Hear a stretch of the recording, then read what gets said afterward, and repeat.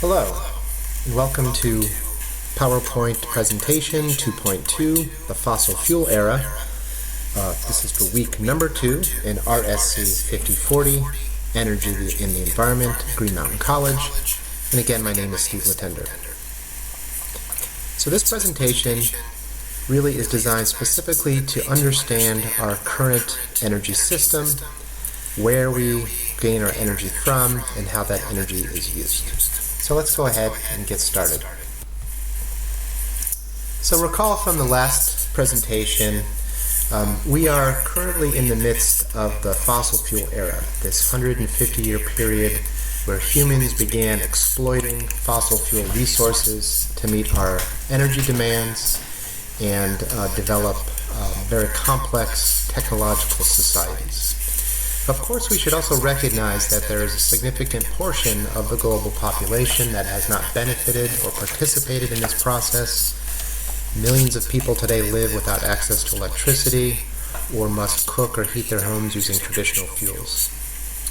But today, the vast majority of our energy is supplied from fossil fuels. And of course, as I mentioned, that is not distributed equally across the globe. So this particular graph here, I think, is particularly important. This is a line graph diagram that's produced by Lawrence Livermore National Laboratory, and this was from 2012. And the situation today here in 2015 would not be that different. So this graph shows on the left side the sources of energy, the primary sources of energy, as they move through the economy into the different uses: electricity generation, residential, commercial, industrial, and transportation. So this graph is to scale, so the thickness of the lines indicate the relative quantity of the fuel used, and here the total energy use is 95.1 quads, and quad stands for quadrillion of BTUs.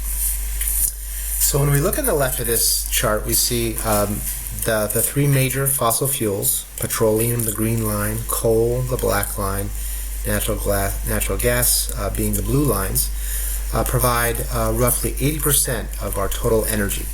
So we are indeed in the fossil fuel era, where the vast majority of our energy that powers our culture, our civilization, is derived from these three forms of fossil fuels.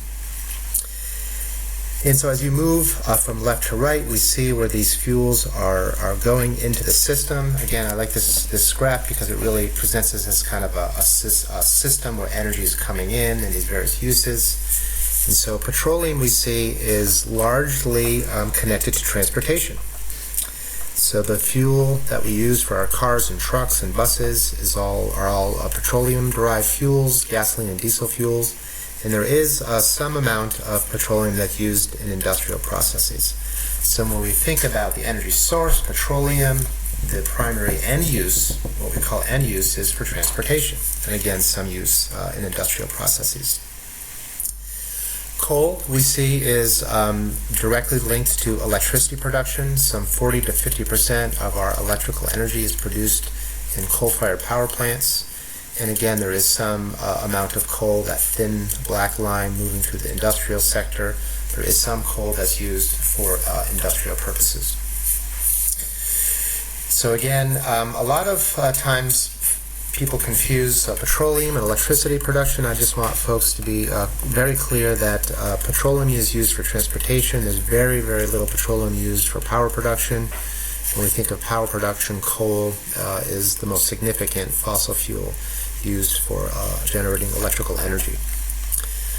We also see here that natural gas has multiple uses. Natural gas is being used increasingly for electricity production. Here in the Northeast in New England, we rely heavily on natural gas for power generation.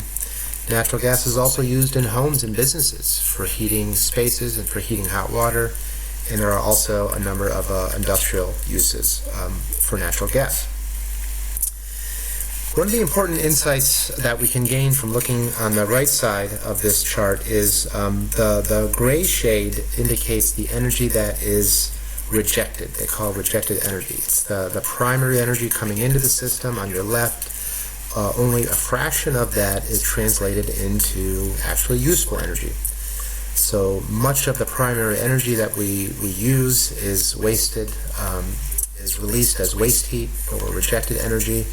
And anything we can do to make those systems more efficient would reduce the amount of rejected energy and improve the overall efficiency. And as we can see again on the left, solar, nuclear, hydro, wind, and geothermal all contribute very, very small amounts, except for nuclear. Nuclear is a significant percent of our electricity generation resource. Solar is still a relatively insignificant contributor to our energy economy. Wind has been expanding in the past couple decades. Geothermal, there is some geothermal power production out in the western states, in California in particular, but again, it's still small relative to the overall energy economy. So the big takeaways from this graph are, number one, we are primarily dependent on fossil fuels, coal, oil, and natural gas. And the type of energy, the primary form of energy really is linked to the end use. Petroleum is used for transportation because it's incredibly energy dense and it's easy to transport in your gas tank. Coal is used primarily for electrical generation. And then, of course, in our homes, we're using energy for heat and cooking, energy for the electrical appliances that we rely upon on a daily basis. And then looking in the right, we see that a significant, again, amount of the primary energy is lost in the system due to the process of converting one form of energy to another. And of course, we can never do that with complete 100% efficiency. There are always losses within the system. So if we understand that our energy systems are largely dependent on fossil fuels, these are finite supplies of energy sources found within the Earth, the natural question is, well, how long will these resources last? How many years will they last? So the years to depletion is a function of what we call the reserves, how much we believe to be down there and what we believe to be economically able to extract that economically. And so the reserves divided by how much we use on an annual basis will tell you how many years are left of a particular resource. So focusing on this box chart, we see reserves is that bright green area, and reserves are what we know for certain is available, and we also know that using existing technologies we can extract that energy cost effectively, meaning it will be economical for us to extract that. And so beyond reserves, there are some resources that we think are out there. We don't know for sure, but we can assign some degree of confidence that they're out there. And then, of course, over time, various technologies change, and the economics of extracting fuel sources, energy sources also change. So that reserves is somewhat of a moving target. It will expand as new discoveries are made, and it can expand as new technologies are developed to extract energy from the Earth. So this question of how long will these resources last is really a very difficult question to answer. The reserves is a moving target. The amount that we use typically does remain constant or increase over time. So there is no general universal understanding of exactly when these resources will run out, again because of these complex confounding factors. Generally, what I've read across different studies suggests that there's coal sufficient to last hundreds of years, plus years. Natural gas, 75, again, given reserves and current use, 75, 50 years. And then petroleum, again, you've read some essays on the peak oil concept in the reader. So there's, I believe, general agreement that petroleum is the fossil fuel that will be soonest in terms of reaching its depletion.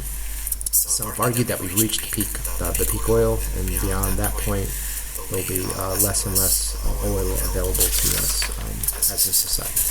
And again, but there is no universal understanding of that phenomenon, if and when it's occurred, and what the future might hold. But generally, oil is perceived to be available for 30, 50 years, natural gas 75, and then coal 100 plus years. So there are still plenty of fossil fuel resources available to us. The question is, do we want to exploit those resources, resulting in increasing carbon emissions, which of course are leading to a change in climate. So the final slide here, again, we're wanting to look at this from a systemic perspective. We've got energy sources coming into the system, providing these different end uses, and then this idea that the fossil fuels reserves is a moving target and can change with technology. And so the couple of important points that I think one can take away from this, thinking about this from a systemic systems perspective, is that the technology and the costs of extraction represents a positive feedback loops in terms of fossil fuel reserves. Case in point would be hydraulic fracturing.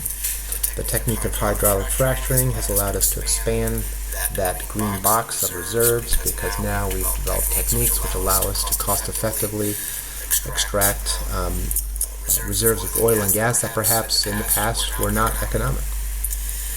And the other system perspective here is the prices. The price of fossil fuel resources is linked to the cost effectiveness of extracting those resources. So shale oil, shale gas, and tar sands oil are really only economical when the price of oil is $80 or $90 a barrel plus. And there's been a lot of talk as of late in the past year as the price of oil has gone down below $60 per barrel. There's been quite a slowdown in shale oil production in the United States. And again, so there's this positive, this negative feedback loop. As the price of petroleum in the markets goes down, then that has a negative impact in terms of the cost effectiveness of these various techniques or these technologies used to extract these resources. So again, we are in the midst of this fossil fuel era, and we are highly dependent. 80% of our energy comes from these three primary sources of fossil fuels: coal, natural gas, and petroleum. So with that, we'll conclude. Thank you very much.